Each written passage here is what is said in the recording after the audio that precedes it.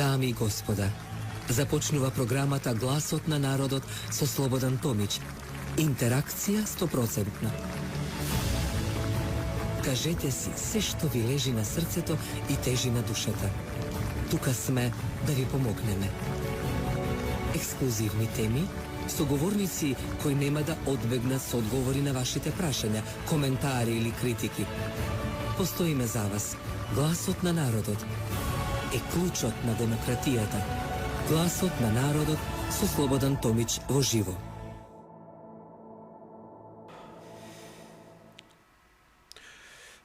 Добро дојдовте во новото издание на Гласот на народот.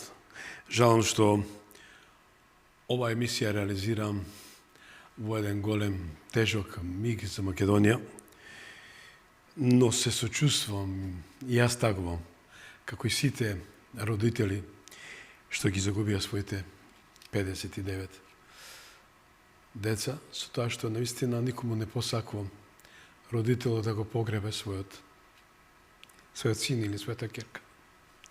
Тешко е да се збори на оваа тема од едноставна причина што и во овие мигови имаме луѓе кои немаат чувство да изразат почит на тие што се ранети, кои молат, Бога го молат и ги молат докторите да им помогнат, а лекарите дават се од себе.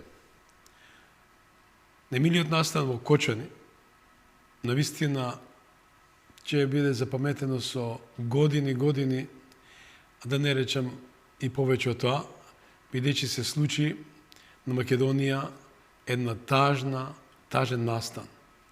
Дечињата заминаа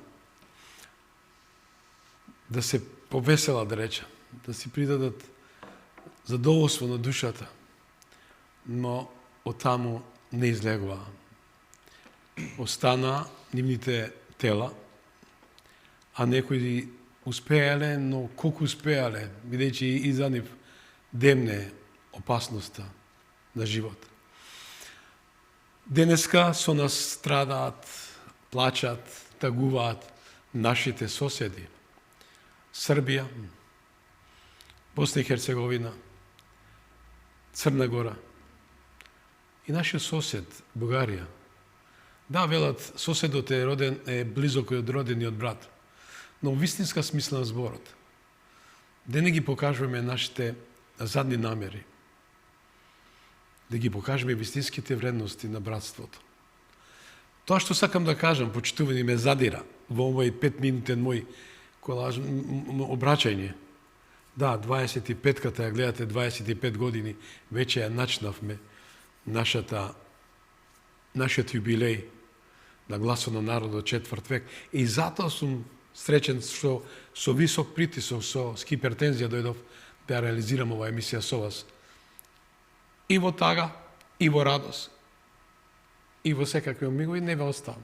Но не можам да го оставам навистина лошиот коментар на еден новинар од една скопска телевизија, кој во оваа ситуација му замерува на председателот на владата Мицковски Христијан, зошто ги посетил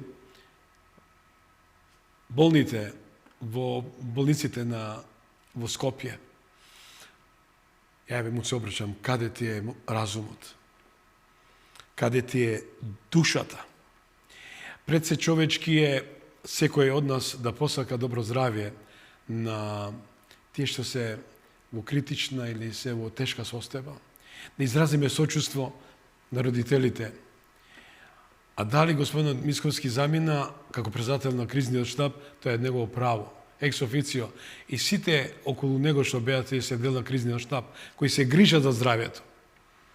Значи, пиар не прави. И немојте да куцате поени. Ако Сојузот на новинарите на Србија, а знаеме дека се тоа групацијата на Джилас, на сите тие булументи кои видоа дека Македонија 2016 доживеа коњски скок и симна една политичка гарнитура да се смени името. Но почитува новинару, вашиот колега ви кажа, ја утнавте работата, ја продадовте телевизијата на американците. Да, ја прода. Вашиот најблизок колега и мојот колега од радио некојаш. Ја дадовте на USAID. Ја дадовте на Сорос. но нема повеќе да се враќате назад со такви болни умови. Почитувани, токму тоа е темата денеска. Крај на непотизмот и криминалот, сите ќе одговараат. Инспирирано таа тема ќе ја третирам со мојот гостин, Драган Пешевски, адвокат. Добро вечер и добро дојдовте. Добро те најдов. Имајќи факт дека ова што јас го кажав е нешто посилно од мене и мораше тоа да го артикулирам, но почитувани во оваа емисија ќе анализираме најновата политичка изјава на премиерот на Македонија Мицкоски, која предизвика бурни реакции, крај на непотизмот и криминалот. Сите ќе одговараат. Ова изјава доаѓа во време на сериозни случувања и трагедии, како она што се случи во Кочани и ја поставува прашањето за одговорноста на државата, правосудството и институциите. Трагедијата која се случи во Кочани потекна нови иницијативи за справување со криминалот и корупцијата во Македонија, што не беше пракса. Како тоа влие на јавната доверба во правосудниот систем и дали Мицкоски и неговата политика се реално решение или само политичко ветување? Со адвокатот, како што го представив господинот Драган Пешевски, ќе се потрудиме да дадеме правна анализа на темата во контекст на најновите инциденти, правните механизми кои треба да бидат активирани и каква е реалната состојба со правосудниот систем Македонија. Затоа бидете со нас, ја ќе побараме само мален краток джингл, само да ја најавам мојата екипа, тоа ми е уште од радио, уште 90-тите која работев. Со нас, значи, вечерва е Кристина Томич, мојот главен продуцент и автор на сите теми, Ивана Алексовска и Огнен Димовски. По джингл се враќам назад во студиото, останете со нас.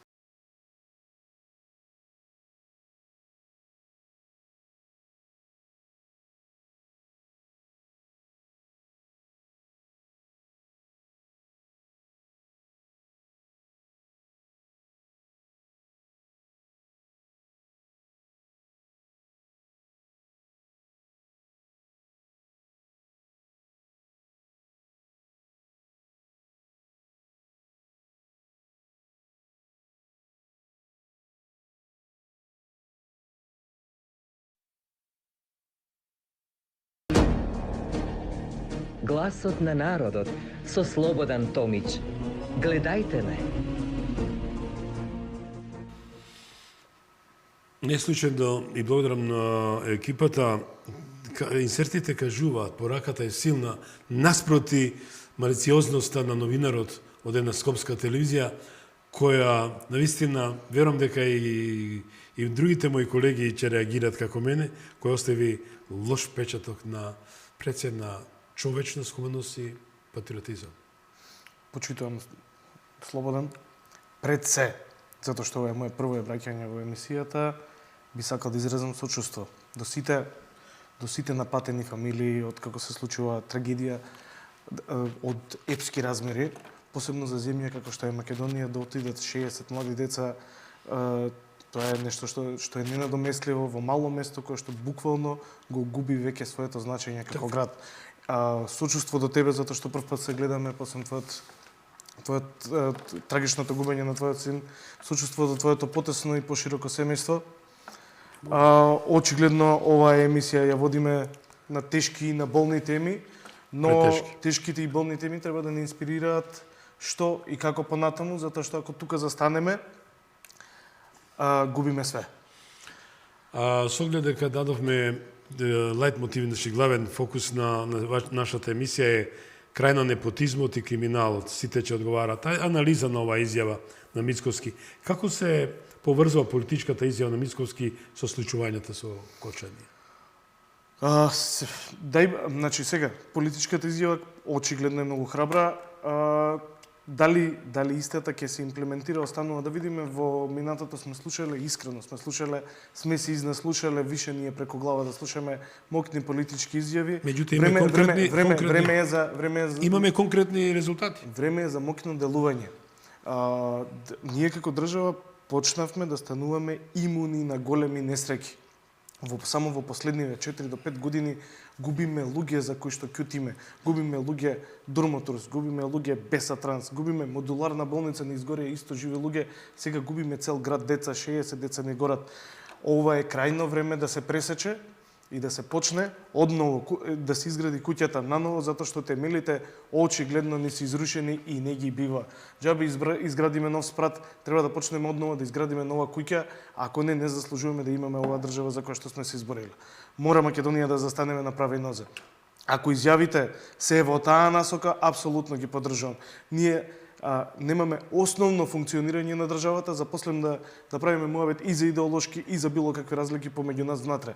Основните параметри не функционираат, луѓе ни гинат. Ја губиме државата. Дадоме една оценка. Дали тоа е искрено политичко ветување или само маневра за поддршка од јавноста? Да се надеваме дека би било искрено политичко делување, гледам дека прерано е да се збори. Прерано е да се збори, но гледаме дека работата тргна. Имаме апсења, имаме... Тука морам да пофалам, не фалам ничие функционирање на влада, значи политички, тука не сум дојден, тука сум дојден да дискутирам за правосудството. Морам да го пофалам Министерството за внатрешни работи, не само во настанот во Кочани, последниот период функционира на високо ниво. Имаше одредени пропусти за денот на албанското знаме, но секогаш Мавара имало одредени пропусти да не им се земе за зло. Реакцијата тука беше брза, имаше апсења, сметам дека треба да има уште повеќе апсења, мислам дека такво нешто во моментот и се спроведува. Многу луѓе треба да бидат опфатени, очигледно корупцијата е навлезена во сите пори на функционирање на државата. Колку подлабоко ќе се копа, толку потруло мислам дека ќе најдеме. Денеска суспендирани се 7 началници и од Штип и од Кочани.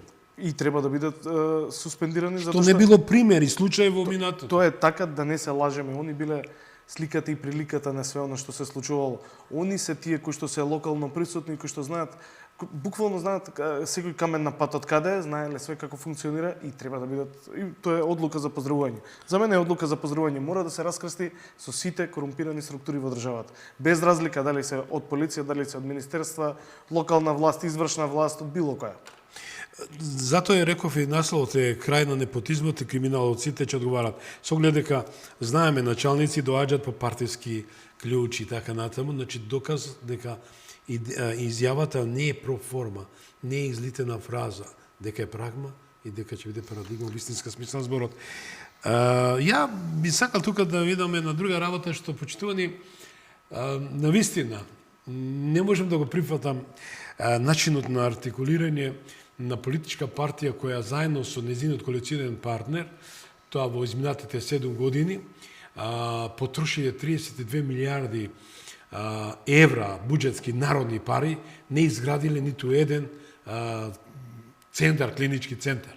Истиот тогашен дел од Министерството за здравство, актуелен председател на СДСМ и министер за здравство Венко Филипче, и го суспендира, ќе се согласите.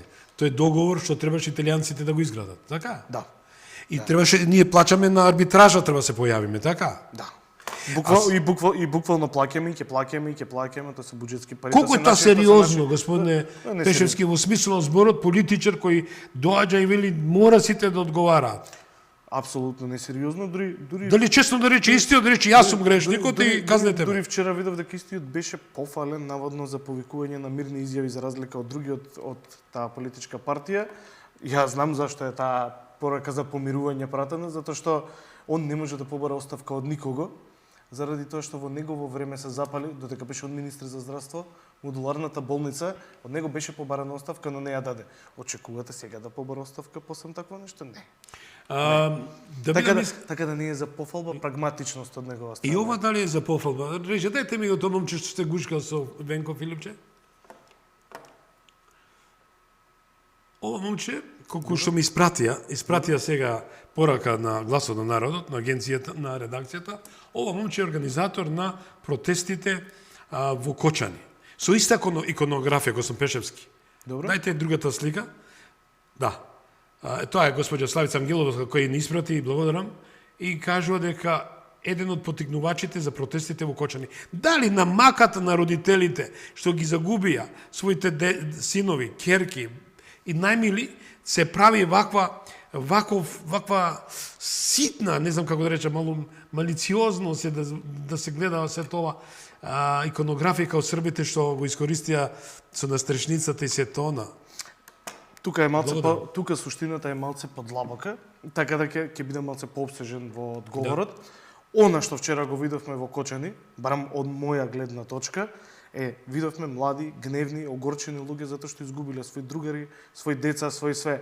А јас по функцијата што ја вршам и онака како што делувам, она што го правам, јас искрено не смеам, нити можам да оправдам насилство, но устата да ми се исуши ако тие деца вчера ги обвинам за било што, јавно. Затоа што мислам дека тоа беше искрен гнев на ваквото. Дали треба да се потикнуваат протести и кој ги прави? Не.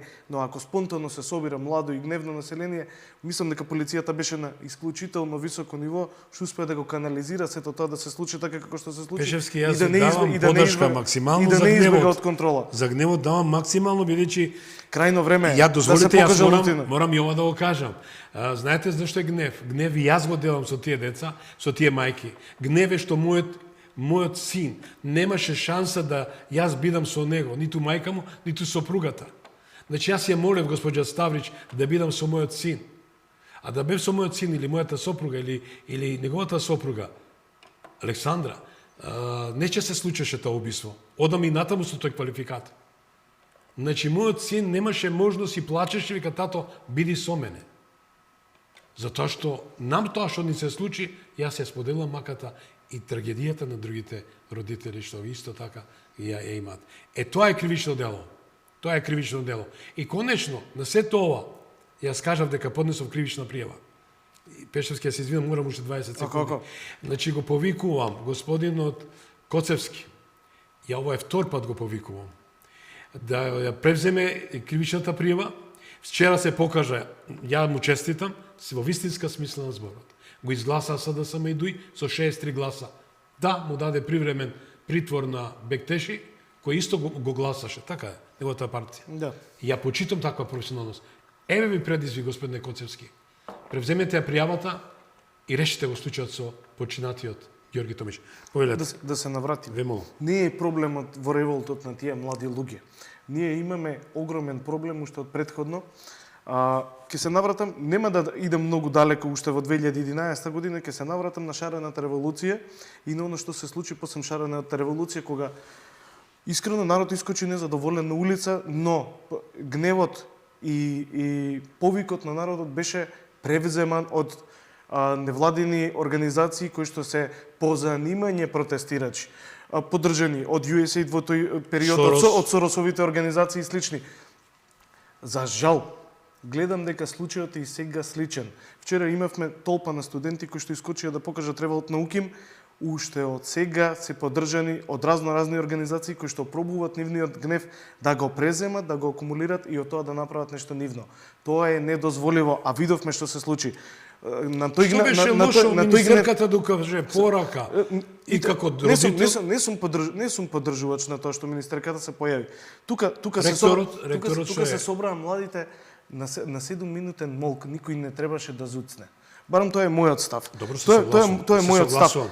Истиот став е за овие другиве кои што пробуваат и овие протести уште не почнати да ги изгласат. Како што изгласија и така се случи шарената револуција. Имаше незадоволен народ, но некој го преземаа, го канализира и го насмерија натаму кај што го насмерија и видовме државата што постигна после тоа. Откако после таа шарена револуција народот проба да се побуни, збориме кога се менуваше името, луѓето што протестираа за против промена на името. Што се случи? Им дадовме 211 години затвор во едниот предмет и во другиот, ако собереме, над 300 години затвор. Ви ги застапувате. Над 300 години затвор. Македонскиот народ тука проба да се замолкне. Сега, на 59 мртви деца не може да се замолкне, мора да се покаже револт. Не револт кон барање оставки на влада и на слични работи, револт дека корупцијата мора да се искорени, корупцијата не убива сите. Одиме со таа изјава тоа момчето мало во Кочани, со каков гнев се изрази за корупцијата и корупционерите. Одиме со таа мало. Kills everything. Corruption kills everything, people. We don't want corruption here. We want people to live. So many. Hey guys, go back. So many kids died here because of that corruption. We don't want it here, guys. Yes, so many friends. I got so many friends here. But that's why I can't. So many people died here because of that Everybody has friends here. And relatives. It's so sad. Гласот на народот со Слободан Томич. Гледајте ме. Драгане, што ќе речеш нова? На ово ли дете да му се ускрати правото да го изрази својот револт? Го видовте ли? На ово ли Јавно дете да гласно упати порака за корупцијата. Ова е искрениот револт на народот. Ова не треба никој да го превземе сега. Треба да му се остави на народот да го каже своето незадоволство од целата ситуација Дали во треба да се државата. злоупотреби народот од политички аспект? Да, не треба да се злоупотреби, дефинитивно.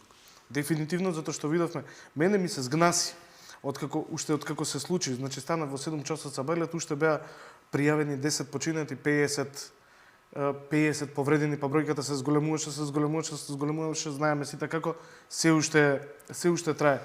Уште првиот ден имаше политички пресметки на ваква ситуација трагична. Тоа е болно да се прави. Посебно тоа Коцевски што вие сега го пофаливте. Дента се однесуваше како изгубен германец. Извинете, ја соработувам со обвинителството, они ми се спортивна странка во ситуациите, но човекот дента се изгуби, читаше прочитани ливчиња што како треба да прави, зашто треба да прави. После тоа собра добар тим на обвинители, што застана позади него, ги познавам повеќето од Скопското јавно обвинителство. Ситуацијата дојде на здрави нозе. Гледаме ја на поддршка на сите тие обвинители кои што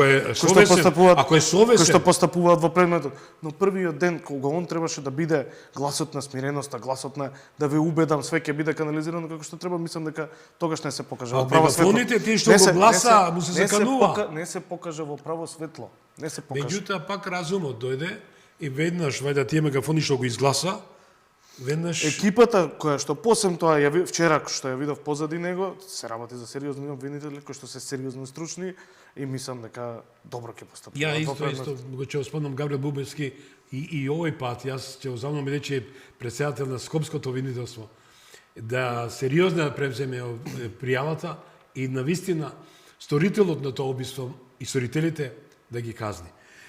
Не велам само за дали 59, господин Драгане, бројка и мојот син е бројка 60. Не може да се занемарат. Не може. Во најубавите години од животот на 40 година има 2 сина. Како вели едниот од внуците вика дедо ни прекина, ни се расипа нашиот сон од животот. Па како кому да го кажам тоа? Така е.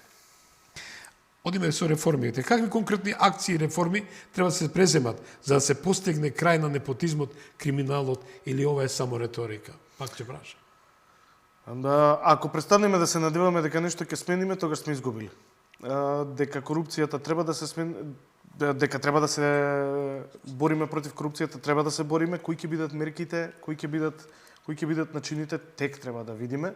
Ова беше крајното предупредување со 59. Значи, тука ние во државата имаме корупција за добро утро, ние стануваме со корупција, ние носиме, се случила операција, се случува во болница, ние не знаеме зашто, ние носиме флаша, носиме бомбонjera, затоа што мислиме дека така треба... Не си интересен со флаша виски. Од тука почнува, збориме, од тука почнува. Ние сите сме учесници во таа корупција. Нешто смрди, нешто мора да се промени. Треба да имаме реформи во правосудството, треба да имаме реформи во изборниот систем, треба да имаме реформи во... Нема каде не треба да имаме реформи. Нешто мора да се смени. Еве, дајте идеја. Прво, ајде да го смениме изборниот систем. Да смениме како законодавната власт, нели бираме пратеници. Так. Зашто бираме пратенички листи? Упорно бираме пратенички листи. Гледаме дека пратениците кои што ги избираме, посебно од поголемите политички партии, поголем дел од народот не ги знае кои се. Да, согласен сум. Тие служат на политичките партии како клатоглавци и како дигачи на два прста. Гласачка машина. Еве од тука да почнеме. Сменете го изборниот систем, нека биде една изборна единица. Зашто гласот на оној од Источна Македонија да вреди помалку од гласот на тој во Гостивар? Зашто тука да треба 8.000 за пратеник, таму да треба 6? Драгане, јас се реков 25-ката. 25 години ја возам ова емисија. Значи имам поддржувачи на 5 континенти. Јас не сум суетен. Најмногу што придонес на сите македонци светот е гласот на народот. Ја немам против поединци, дали се директори или представници на агенции, но нека покажат, нека кажат што дадоа за поврзувањето со диаспората. Ја би ја замолил режијата А од Демократската партија на македонците во Србија, ако можеме тоа писмо да го пуштим, да го илустрираме, Демократската партија на македонците во Србија се главниот стожер на македонците во Србија. Да, тоа е на госпоѓа Маја Георгиевска, која навистина е вистинска фајтерка, лавица македонска, која се бори за правата на македонците во Србија. Еве, изразува сочувство за сите родители се тона. Јас сум против тие луѓе што сега се во тој Национален совет на Србија. Бидејќи те не покажа, тие се само далаверџи, спомна корупција. Значи, тие се одлични бенефит. Како што е амбасадорот, сега Тупанчевски, зборам со име и презиме. Нам амбасадори, Госам Пешевски, не ни треба да идат на чварки, како се топат, на шливовица да се пие, да се игра жикино коло и други работи. Ни требат амбасадори, како у Србија, како у Њујорк, кој имавме Фрчковски, видовте, наместо да ја презентира Македонија, тој се одеше по джез клубови. Конечно, дали тие реформи, дали во правосудството, дипломатијата и сето тоа мора час поскоро да се реализираат. Не само тоа.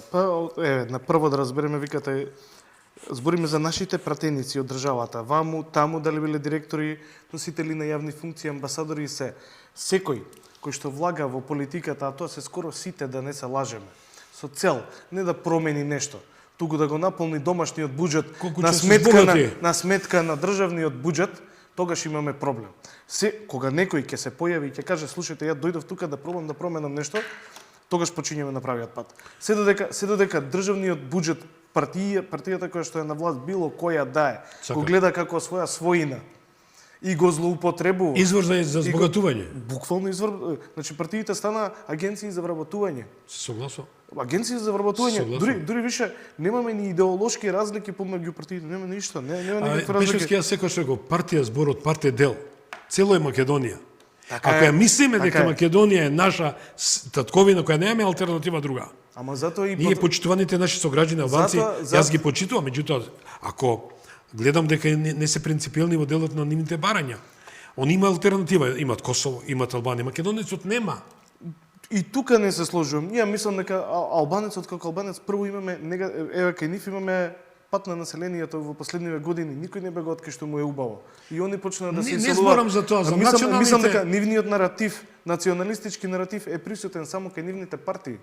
Кај нивните поглавици кои сакат само кај нивните поглавици кои што дури албанците не ги финансираат и тие се финансираат, тие што зборат против Македонија се финансираат од македонскиот буџет. Еве Љузим Фаризи, јас го поздравувам, навистина ќе го покажам во некоја наредна емисија која навистина прекрасен и објективен е. Објективно неговото анализирање. Темата наша е крај на непотизмот и криминалот. И сите дека ќе одговараат.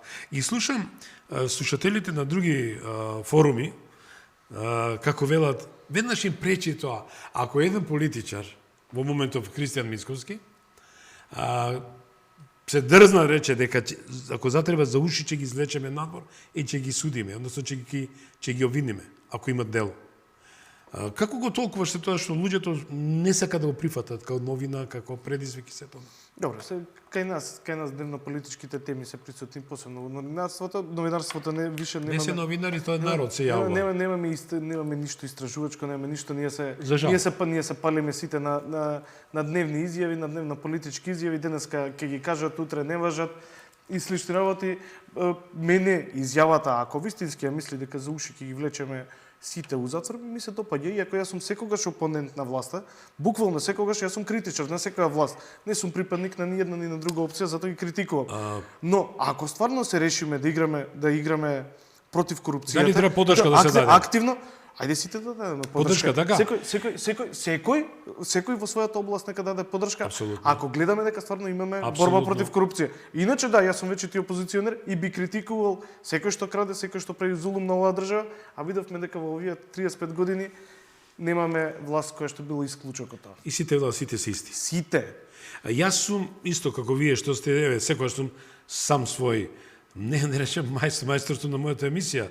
Знам да убаво да ја реализирам на волјата на народот. Така. Значи, никош не бе на јаслите некоја политичка партија. Ниту мојата емисија е спонзорирана, како што има, како што рековме, така, многу одработуваат. Имаше некоја програма, медиумите пренесуваат по $1.850.000 евра. Антимакедонски. Видовме тоа, видовме. Да, што се тоа води? Некој за пари да работи против својата држава. На што се должи тоа? На лакомост. Дали тоа на домашно воспитание? На голем и то како не е. Како не е? Како јас сум воспитан од дома да не ми интересира тоа што не е мое. Нити па да сакам да спечалам на грбот на некој друг, а па не де Боже уште па да му наштетам на некој за да спечалам. Да му направиш белја, да му направам зулум. Не. Вие потекнувате едно прекрасно семејство, јас го поздравам вашиот вујко, кој е господин Драјан Гергиевски, кој навистина со мене делеше првата емисија после погребот на мојот син и му благодарам навистина што реализиравме прекрасна емисија и ве сметам како едно многу сериозно семејство кој се борите за правото, правдата, законот. Како да ја одиме, секогаш велиме реформи во правосудниот систем, гледаме судскиот систем, никако да сватат судиите дека се со еден збор дисквалификувани од пратениците, тие што ги со интерпелацијата и тие го изгубија легитимитетот. Немаат никаква доблест да нешто направат, да се тргнат, да се распуштат. Сега кој ќе дојдеме. Значи, интерпелацијата реално нив не ги обврзува на ништо.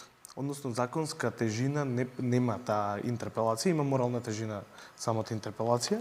Сега тука треба да направиме една друга паралела. Се додека во судскиот совет како судиско професионално тело имаме партиски инсталации како што се овие сега или како што би биле наредните кои што би били избрани во собрание, ќе имаме проблем. Судскиот совет, според мене, тоа е мој личен став, треба да биде професионално судиско тело кој што ќе биде сочинето исклучиво од судии кои што ќе бидат избрани од редот на судиите и само од судиите. Од никој друг од страна за да се исклучи надворешното влијание таму.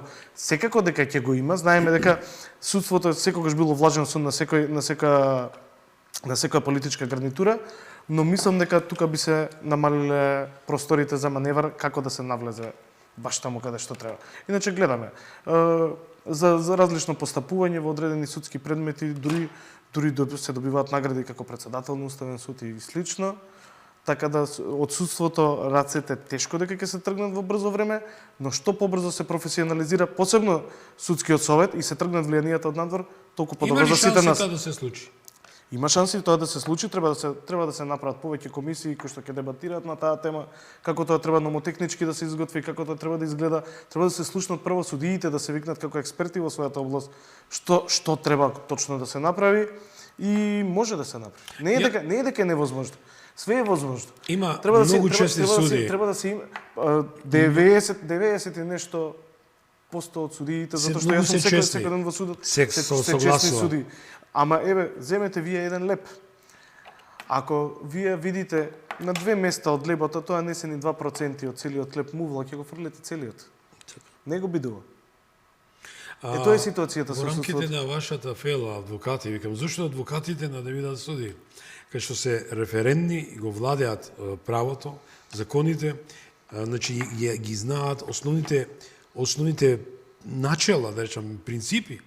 И зошто немаме таква ситуација? Зошто имате еден така, не анимозитет од страна на судиите, немате таа на кохеренца? Не. Тука се направи според мене една институција која што не смееше да биде направена и од која што зрачи непотизам на сите страни. Тоа е Академијата за суди и јавни обвинители. А видовме тој кој се таму беа? Ајде да не се лажеме. Кој све влага, кој привилегиран влага и како тука више се прават и судиски династии и политички касти и сето тоа. Тоа е главниот извор на непотизмот во моментот во судството. Додека а знаеме кој ги бира тие што ќе влезат, влагаат подобни. И сега замислете. Судија влага во судница. Без искуство ни еден ден работно.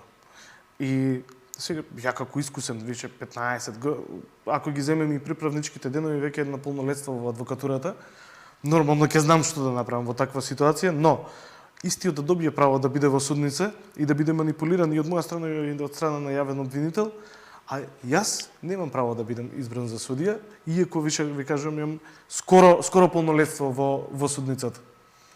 Мислам дека е нелогично и мислам и сите сме свесни зашто е тоа направено. Треба подитно укинување на Академијата за суди и јавни обвинители.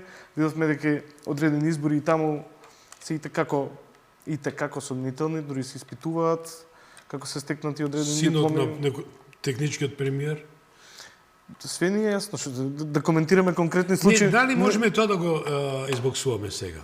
Да се укине академијата? Па еве, власта е на потек, може веднаш да го направи тоа. Има број на Зашто да не? пратеници, Мислам, ама воопште интерес. Ако сме тука, дали треба власта да го разбере, јас министерот за правда, господинот Михајло Маневски, имав емисија во петокот, и јас спомнав, дали е ред да се тој најконтроверзниот кривичен закон, промена кривичен закон 353 од тој член каде што се амнестира, на големите криминалци, народно кажано, си седна во клупите на пратеничкиот дом, во Народното собрание, Македонското собрание, со тоа што се донесува закон, само илустрирани, само спасување. Тој е главниот извор на правна несигурност е промената на кривичен закон во членот 353. Имаме ситуација која да доведе до таква неравноправност на граѓаните во државата, да е стварно тоа више неверојатно. Имаме ситуации, еве јас сум бранител во секаков тип на предмети, имаме ситуација во која што имаме човек кој што украл 20 милиони, 100 милиони, 150, 200 милиони евро од државниот буџет. И за него е предвидена казна до 3 години, а за дете кое што е фатено, не го оправдувам, за дете кое што е фатено со 12 грама марихуана имаме од 3 до 10 години предвидена затворска казна. Тоа нема никаква нема правна логика. Сега, Уставниот суд пред некое време во негов манир, што не го поддржувам никако, ја проба да ја префрли топката во собранието, затоа што виде дека измените кои што се изгласани апсолутно се неуставни, затоа што буквално ги повредуваат темелните вредности на уставот и она што се вика еднаквост на граѓаните пред уставот и законите. Но наместо како уставни суди, како највисок суд во државата кој што се грижи за уставност и законитост не да го укинат, да го поништат, да ги поништат тие измени како никогаш да не постоеле, они ја вратија топката во собранието и рекоа ви даваме 6 месеци да видите каква глупост направивте. И што ќе направи собранието? Ќе си го изгласа законот за измена на кривичниот закон? Невозможно. Уставниот суд конечно треба да излезе од својата комфорт зона и овие измени ги поништи, како никогаш да не постоеле. Тука и некои постапки кои што се досега застарени, а кои што предизвикаа гнев во јавноста, може да бидат реотворени, а и сега во новиот случај затоа што ќе имаме злоупотреби и тие луѓе таму да поминат потешко затоа што изгубивме 60 деца. Се враќаме кај големата трагедија околу лиценците. Еве, видовме премиерот излезе со факти, видовме дека се работа за фейк, за фалс лиценци. Колку би чинела таа една лиценца? Тоа се милионски суми. Никој не би искочил со такво тврдење, освен да е сигурен апсолутно во тоа што го збори. Видовме дека и архивскиот број е некој си број за комуникација со странска фирма. Значи, очигледен е фалсификат. Од кај тоа снага, тоа храброст? Ама тоа, ја мислам дека не е тоа снага и храброст, ја мислам дека тоа така функционирало со години и со децении. Сите сме сведоци на тоа. Да не мислиме дека некој, сега не зборам само за ноќните клубови, све во нашата држава функционира под рака и под девизата имам човек. Имам човек ваму, имам човек таму, ќе ја средиме работата. Вистина, без куртуазност или господинот Тошковски не го познавам, ниту сум имал комуникација со него, но уште првиот ден кога го видов начинот на неговото представување, на неговата функција, задача, ме остава секогаш без коментар, у позитивна смисла на збор. Ја го познавам и знам дека е добри квалитетен. И досега ваков министер за внатрешни работи Македонија немаше, ќе се согласите со мене? Ќе се согласам. Тука ќе се согласам, да. Ја ви кажав, јас сум секогаш критичар, но мислам дека освен една работа која што ја сгреши Министерството за внатрешни работи, кај прославата на денот на албанското знаме, затоа што полицијата беше блага, да не знам чија кривица беше, дали беше на Бирото за јавна безбедност или не навлегувам. Посем тоа се отвори, сигурен сум и со поддршка од страна, сериозна борба на сериозни криминални групи кои што беа разбијани. Збориме за криминалните групи кои што се од селата околни во Скопје, кои што беа исто криминалните групи во сред Скопје, Чаршискиот дел. Така да некои работи што се за пофалба, се за пофалба. Тоа што е за критика, е за критика. 6 минути не останува до крајот на емисијата. Можете ми кажете околу оваа трагедијата, овој начинот на анализирање на сета ситуација, како ја гледате, како гледате излезот од овој тунел на оваа криминална работа што ни се случува. Сега ќе ви кажам, како го гледам излезот. Излезот го гледам во една постапка која што ќе биде немилосрдна, посебно кај оние, се уште да не се лажеме, се уште сме во постапка каде што се ќе почне истрагата, ќе се направи на филтер од она кои треба да бидат обвинени и кои не треба да бидат обвинети во ситуацијата. Сметам дека обвинителството ќе работи многу сериозно, ќе ги изфилтрира добро, а оние што ќе бидат обвинети што се стварно виновни, треба да бидат казнети и тоа да бидат сериозно и екстремно казнети. Зашто? Да не се случува никош повеќе. Зашто? Целта на казнување, според словото на македонскиот законодавец, првата и примарна цел е да не се повтора, односно да се влијае на ресоциализација на сторител на кривично дело, но втората цел е со пресудата да се влијае превентивно во јавноста за во иднина нешто да не се повтори, некакво си нелегално действие да не се повтори, така да очекувам високи казни и никој друг утре што ќе проба да направи било каков криминал да не помисли да го направи. Не се дрзне. Да, со таа пресуда да се делува превентивно кон изградба на подобро општество. Знам дека цената е превисока, тие жртви на фамилиите, тие деца никогаш нема да им се вратат, но ако ништо друго, барем да бидат водилка за сето она што понатаму ќе се случува, за да немаме исти случаи во иднина. Да, и јас исто тоа го посакувам и за мојот син морам, ако не сум ја, сам морам и ова да го кажам, верувајте ми, на скопска телевизија, нема што да кажам, кријам, телевизија Алфа, навистина ме разочарат. Значи, мен не викнавте од гробот на мојот син, дека треба да дадам изјава, дека таа изјава ќе биде во добробит. Отидовме со сопругата од гробот на мојот син, бидејќи го спремавме гробот, од светињата, што голем број новинари, имам преку 200-300 новинари ми дојдоа. Им благодарам, но еве сега ги повикам поддршка за Ѓорги. И изјавата ми ја пресекоа. Ја пуштија соопштението на таа групација која го утепа мојот син. Одам со тој квалификат. Да, стојам за тоа, бидејќи бев сведок. Пред моите очи докторката Невенка Ридева кажа дека го ја прашува Сашко Јовев зошто сатурација 65, а веќе откажуваат органите. Па што да му правам? И така ќе умре. Дали ова се поднесува? Медиуми, јас ве молам, немојте како нека известна Ајња од телевизија Алфа да извалка професијата на новинар. Мораше да го кажам. Должен сум према мојот син. Која е вашата порака? За крај се извинувам, ме боли душата, се сожалувам, плачам и ја, заедно со мајките, татковците на 59, реков, Ѓоко е бројка уштена 60. Не може мојот син да го отфрла. Која е вашата порака? Пораката моја за крај, ќе ја сублимирам буквално во една реченица. Сметам дека децава треба да ги исплачеме, достоинствено да ги испратиме, а после тоа треба да ги одмаздиме за сето она што се случи. Благодарам многу што бевте соговорник, ја споделивте маката и моја и на сите 59 на целата нација. Цела нација. Дај Боже бројката да не се зголеми, дај Боже сите да оздрават, да бидат здрави, живи. Им благодариме на сите наши добронамерни пријатели кои ги отворија ширум портите. Еве денеска слушам нови држави подалечни од нас. Но да ми размислиме тука дома, да не бидеме малициозни, да не да правиме кампања за политикантски, интригански работи. Почитувани колеги новинари, ве молам, бидете достоинствени. Не ја валкалте професијата. Ние сме навистина силата на државата и силата на народот. Бидете живи и здрави, се гледаме во петок со исто така ексклузивен соговорник кој ќе го задржи како и вечер во вашето внимание. Пријатна вечер.